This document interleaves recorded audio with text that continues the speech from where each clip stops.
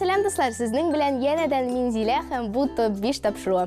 Көз көне без аеруча җылы урыннар эзлибез һәм көзге кәеф безне янәдән кахва яисә какао эчеп, җылы плед астында китаплар укырга этәрә.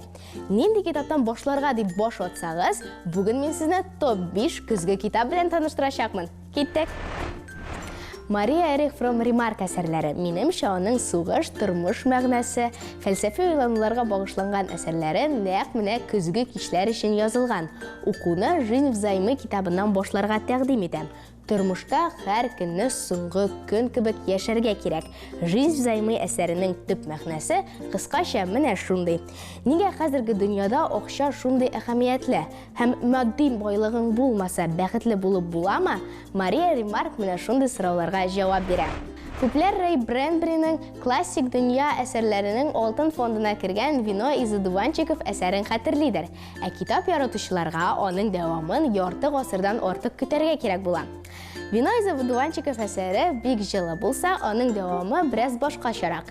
Дөрес, «Лето прощай» повестендә дә җылы һәм сизгер хисләр саклана. Повестьта яшьләр һәм картларның каршылыгы һәм бу күренешләрнең асылын аңларга омтылуы. Буыннар бер-берсен аңламый һәм моны бәяли алмый. «Куриный бульон для души» – реаль хәлләргә нигезләнгән мотивацион хикәяләр сериясе. Һәр китап үз эченә 101 хикәя яисә эс сала.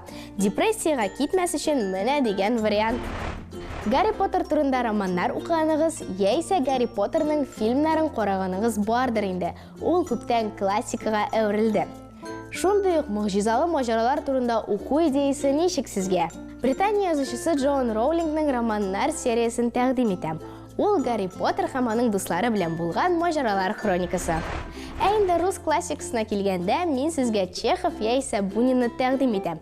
Озын-озын әсәрләр укырга теләмәсәгез, мондый берничә битлек хикәяләрдә фәлсәфи темаларга булган сорауларга җавап табырсыз. Дуслар, китаплар укып рухи яктан үсегез. Ә киләсе тапшыруларда мин сезгә татар әсәрләреннән топ әзерләрмен. Сау булыгыз!